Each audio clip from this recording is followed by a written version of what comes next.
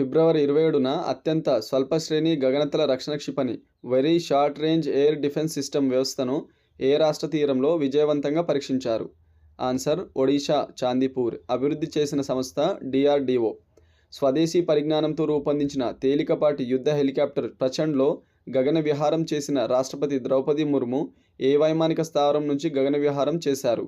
Answer Jaisalmer వైమానిక స్థావరం. కోపైలట్గా 25 నిమిషాల పాటు వ్యవహరించారు. ఫిబ్రవరి 27న భారత్ పాక్ సరిహద్దులోని పోఖ్రాన్లో భారత వైమానిక దళం నిర్వహించిన వాయుశక్తి విన్యాసాలు ఏ ఆపరేషన్కు సంబంధించిన దాడులను అనుకరించడం జరిగింది? Answer operation Sindoor. ఫిబ్రవరి 25, 2026 నుంచి ఏ దేశం పర్యాటకులకు ఎలక్ట్రానిక్ వీసా కలిగి ఉండటాన్ని తప్పనిసరి చేసింది? Answer Britain. సూర్యగోళంలో సంభవిస్తున్న పరిణామాల పరిశీలనకు ప్రపంచంలోనే మొదటిసారిగా డేటా ఆధారిత 3D నమూనాను రూపొందించినది ఎవరు? Answer IIT Kanpur. జాతీయ సైన్స్ దినోత్సవం ఏ రోజున జరుపుకుంటారు? ఆన్సర్ ఫిబ్రవరి 28.